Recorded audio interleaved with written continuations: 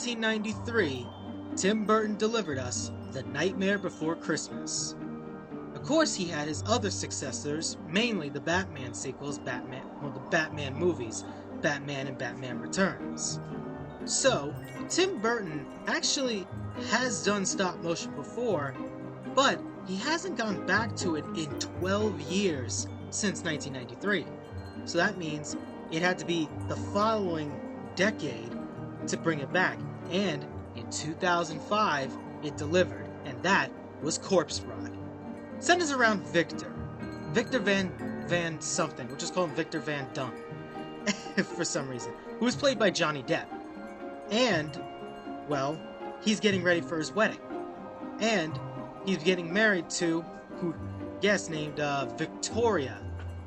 I forgot the last name of their parents, but of course the parents are pretty much bad people. One of which is very nice to his son, but ultimately still cares about their family business and their family fortune. And then the other is a very awful family, as it's centered around the Victorian era. Of course, Victor messes up the wedding ceremony and even gets pretty much bullied by the priest, played by the late Christopher Lee. So, he, practices in the woods his own wedding rehearsals and his wedding vows. He succeeds, but instead of putting the ring on his bride-to-be, he puts his ring on a tree branch that actually was a hand of a fallen bride, played by Helena Bob Carter, who's of course named Emily. Of course, sending him to, the land of the dead. Of course, there was so many different other conflicts here, but it revolves around basically, Victor trying to get married again to his own bride-to-be, while also discovering whatever happened to Emily in the first place. It's hard to really explain the story without spoiling it for you guys, because at the same time, yes, many of my stuff has been around spoiling, but this movie I feel like I don't want to spoil. That's why I have it on archive.org, just like the Halloween tree we did yesterday. So, you guys can actually take a look at it yourself. But if there's one thing I could describe this movie is that it's gloomy in the land of the living, but it's so bright and colorful in the land of the dead. It's pretty much a very beautiful looking movie with the stop motion.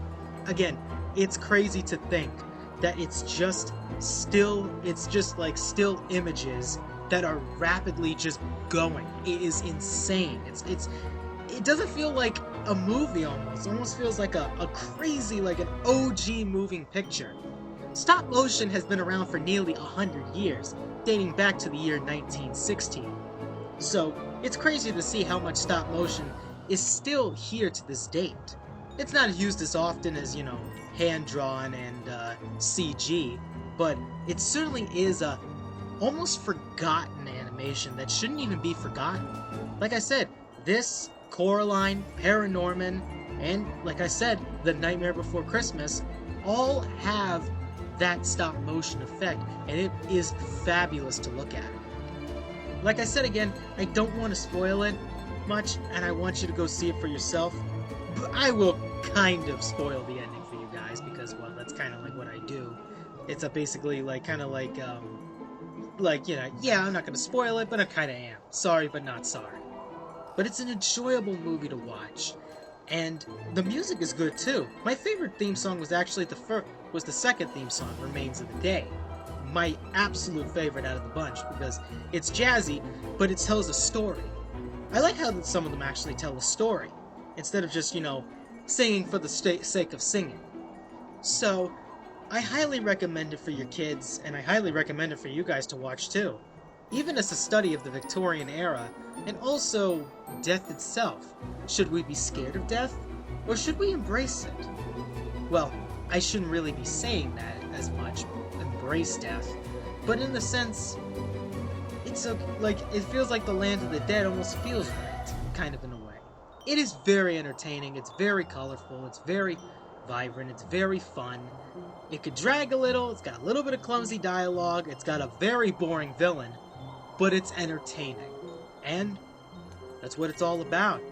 So, I'll see you tomorrow where we're gonna be talking about a house.